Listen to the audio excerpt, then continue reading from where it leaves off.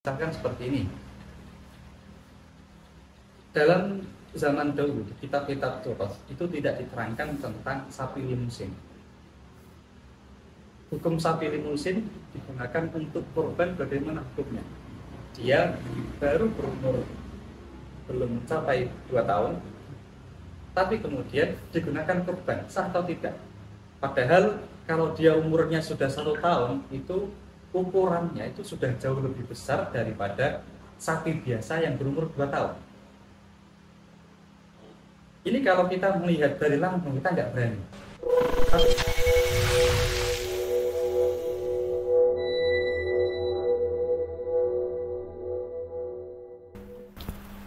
Assalamualaikum warahmatullahi wabarakatuh. Waalaikumsalam warahmatullahi wabarakatuh.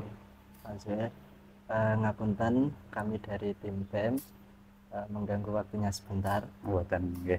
Di sini kami akan bertanya beberapa hal mengenai tentang bagaimana kiat sukses dalam mempelajari ilmu usul fikih. Yang mana ilmu usul fikih ini juga dipelajari di Ma'had Alifatul Jamil. Bahkan menjadi kekhasan yang paling diunggulkan di Ma'had Alifatul Jamil. Kami mulai dari yang pertama. Ngapunten Pak Zuhair, niki seberapa besar atau penting peran fan usul fikih dalam kajian literatur ilmu Islam? Jadi gini, usul fikih itu tentu adalah ilmu yang salah satu cabang ilmu dalam ilmu syariat yang termasuk paling utama. Karena usul fikih itu berkaitan dengan cara memahami, cara menganalisa dalil-dalil syariat. Nah, sehingga seberapa penting peran usul fikih, di sini tentu kita harus melihat bagaimana ulama itu memandang usul fikih.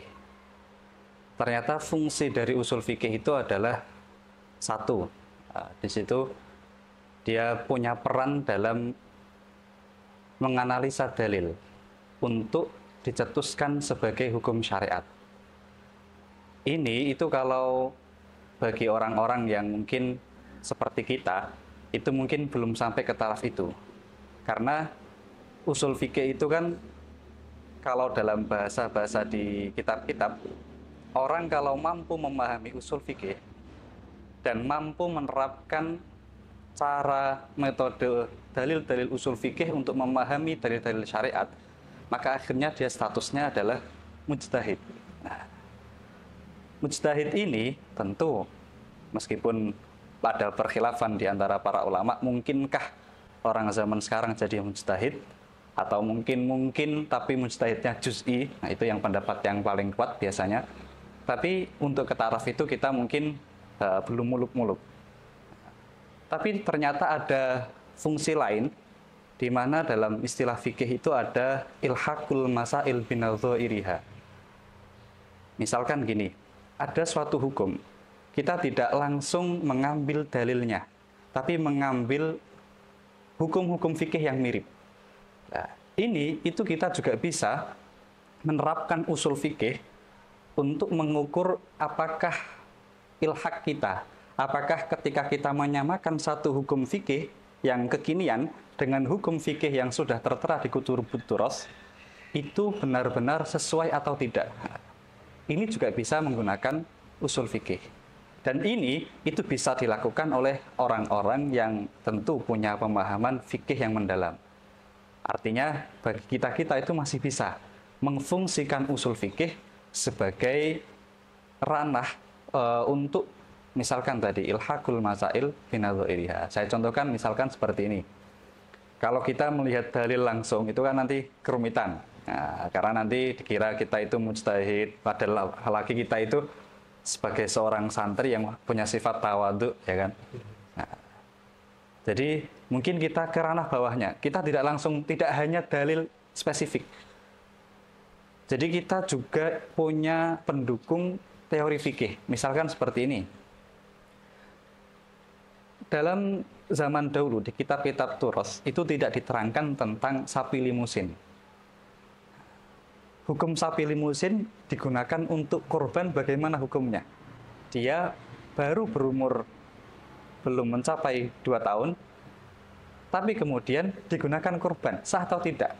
Padahal kalau dia umurnya sudah 1 tahun, itu ukurannya itu sudah jauh lebih besar daripada sapi biasa yang berumur 2 tahun. Ini kalau kita melihat dari langsung, kita nggak berani. Tapi ternyata di fikih-fikih kita, itu ada hukum yang unik. Di beberapa kitab fikih diterangkan bahwa andaikan ada kambing, itu usia sudah mencapai 6 bulan.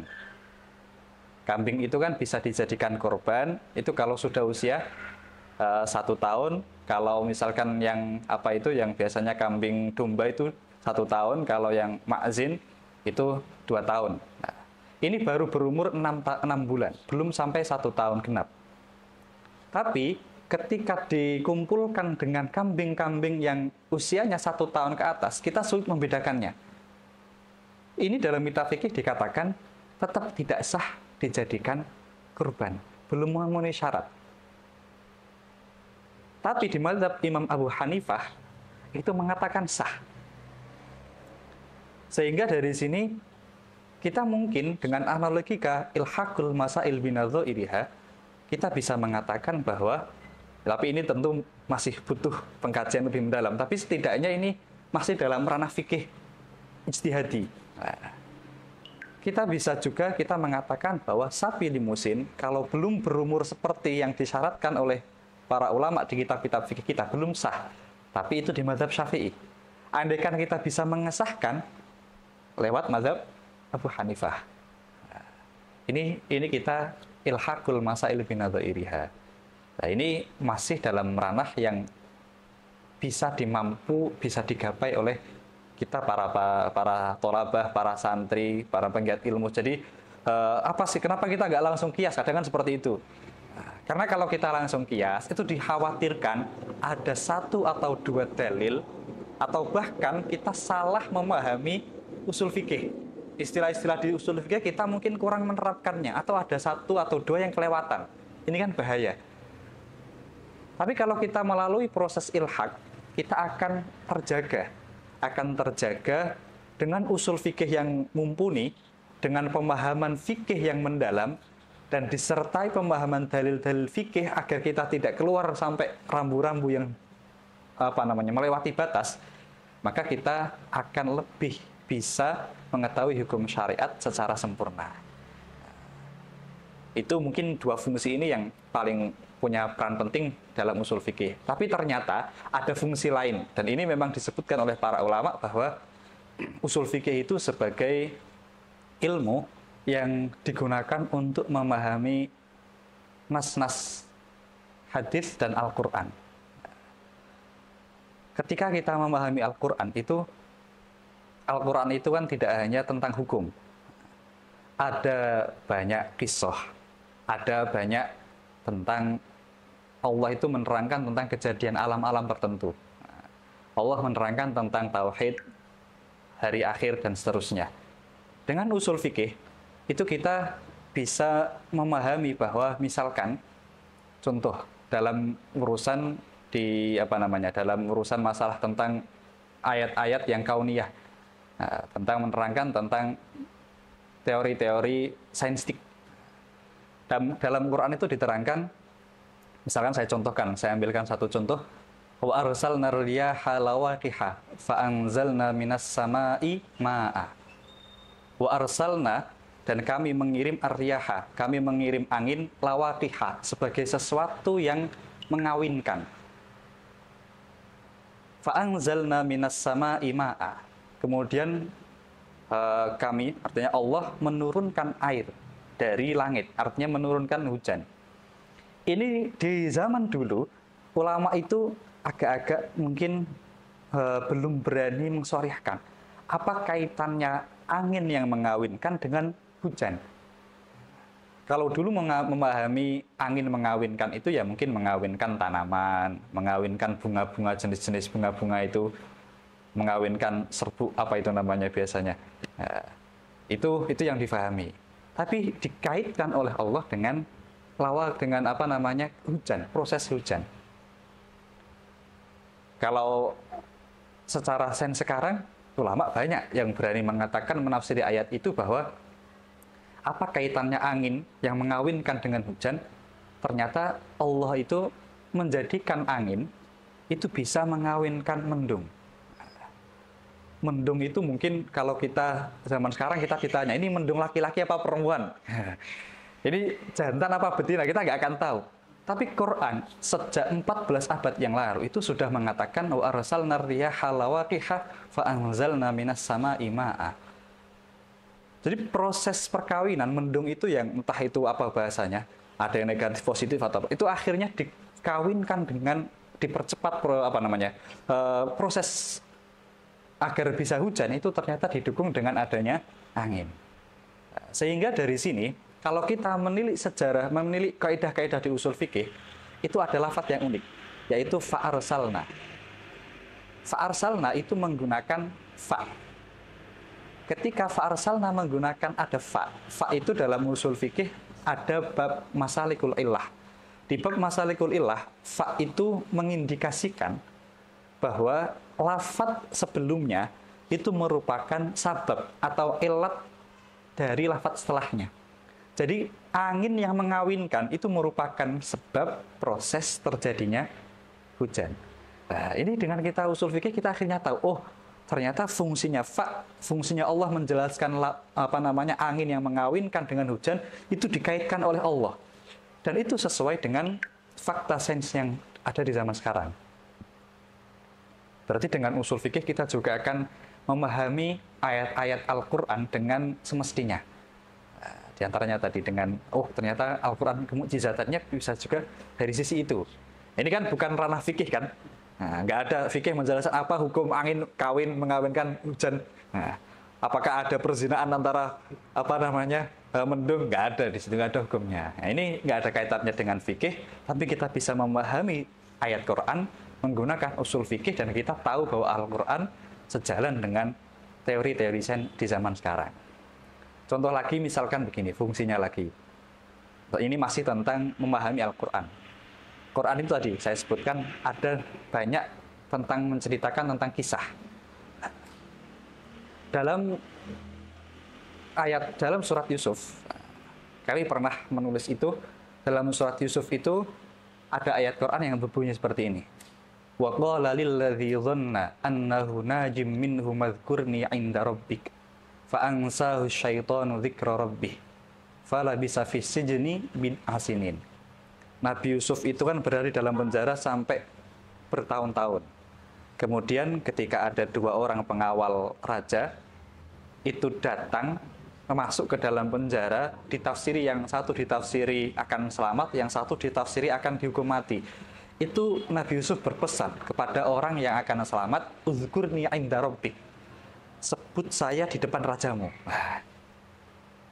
Ternyata takbir di Quran, lafaz yang dipakai fa'ansahu syaitan. Akhirnya syaitan membuat orang itu lupa. Gara-gara lupa, akhirnya sampai Nabi Yusuf masih tetap berada di dalam penjara selama bertahun-tahun juga. Bin Asin itu dalam satu riwayat ada yang 8, 9, ada yang 12. Ada juga banyak, ada 3. Tapi itu lama. Masa orang itu gini ya, orang dengan Nabi Yusuf, kagum dengan Nabi Yusuf, bertanya, dijawab. Padahal itu tentang pertanyaan tentang hidup, antara hidup dan mati. Kok bisa-bisanya lupa pesannya Nabi Yusuf sampai bertahun-tahun? Nah, mungkin apa tidak? Kan kayak nggak mungkin. Tapi takbir di Quran, fa'ansahu syaitan. Ucapan Nabi Yusuf, uzkurni 'inda rabbik, itu menyebabkan syaitan bisa membuat pelayan raja ini lupa. Sampai akhirnya Nabi Yusuf dipenjara sampai bertahun-tahun lagi. Ini kalau tadi kita pakai konsep usul fikih ada lafaz fa yang dalam masalah ilah di situ di kita namanya bitorikil kalau di kita itu nas yang zahir. Kalau di mazhab Abu Hanifah bitorikil ima. Lah ini kita akan memahami bahwa ucapan Nabi Yusuf itulah yang menyebabkan pengawal raja lupa. Nah, ternyata di dalam ilmu akidah kita bisa memahami dalam syariat, dalam hadis yang dhaif, meskipun ini hadis yang dhaif, tapi ternyata dalam hadis tersebut, andai kan Nabi Yusuf tidak mengucapkan apa yang diucapkan, yaitu uzkurni inda rabbik, maka Nabi Yusuf akan keluar dalam waktu dekat. Jadi gara-gara Nabi Yusuf mengucapkan uzkurni inda rabbik, akhirnya beliau masih berada di dalam penjara sampai beberapa tahun ke depan. Ini kalau dalam ilmu sejarah kita akan tahu bahwa seorang nabi itu ada yang kadang makomnya itu belum saatnya dia meminta bantuan kepada orang lain. Uzkurni inda rabbik itu kan minta bantuan. Sebut saya di depan rajamu, gitu. Nah, bahwa di dalam raja ini ada orang yang dipenjara secara zalim, nggak bersalah tapi dipenjara. Ini seorang nabi meminta bantuan orang lain itu tidak diperbolehkan. Sebenarnya nggak dosa, tapi hasanatul abror sayyiatul muqarrabin. Kadang bagi orang seperti kita itu ya nggak masalah, ya kan? Tapi bagi orang yang dekat dengan Allah, itu masalah. Nah, itu kekurangan. Sehingga akhirnya Nabi Yusuf diperingatkan oleh Allah bahwa ucapan itu tidak sepantasnya diucapkan oleh seorang Nabi. Akhirnya Nabi Yusuf beristighfar dan kemudian diampuni oleh Allah. Itu dalam kisahnya kan seperti itu. Nah, ini berarti ayat Quran, usul fikih itu juga bisa digunakan untuk memahami ayat Al-Quran, baik dari segi istidlalnya, cara mengolahnya, cara menganalisa dalil. Bisa juga digunakan untuk kita tadi ilhaqul masail binadzairiha, terus kemudian untuk memahami Quran tentang ayat-ayat keajaiban ataupun ayat-ayat yang lain. Bahkan tadi juga termasuk dengan memahami ayat Al-Quran yang berkaitan dengan sejarah. Seperti itu. Mungkin pertanyaan berikutnya, apa motivasi terbesar panjenengan dalam mempelajari ilmu usul fikih? Motivasi. Dulu itu di awal-awal saat kami belajar usul fikih itu motivasinya ini sebagai seorang santri yang masih labil, ya kan, melihat usul fikih itu keren. Nah, jadi orang-orang itu ini loh alim usul fikih kok keren gitu ya. Jadi masa saya nggak bisa?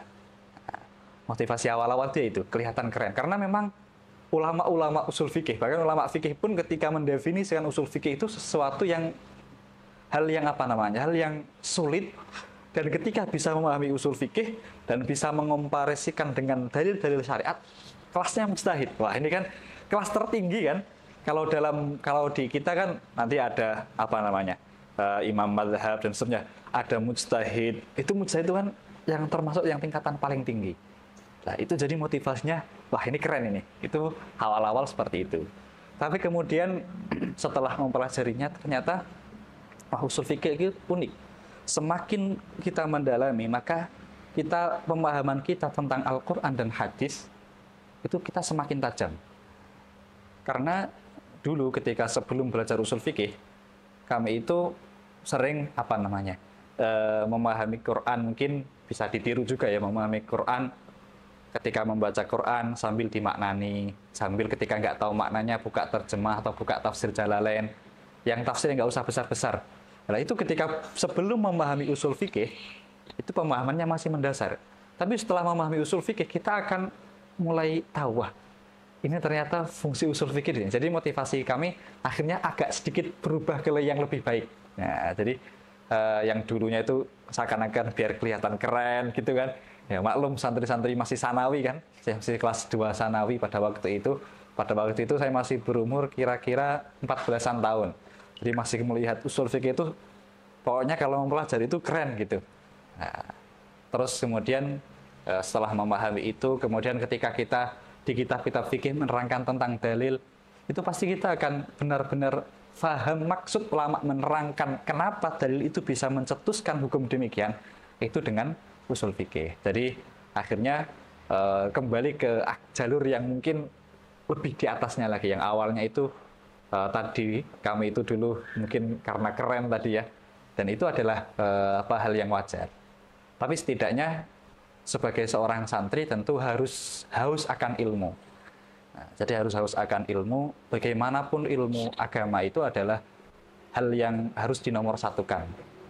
Jadi melihat usul fikih itu sesulit apapun, pokoknya yang penting adalah coba dulu dipelajari. Masa saya nggak bisa gitu. Misalkan lagi contoh, di usul fikih itu ada A.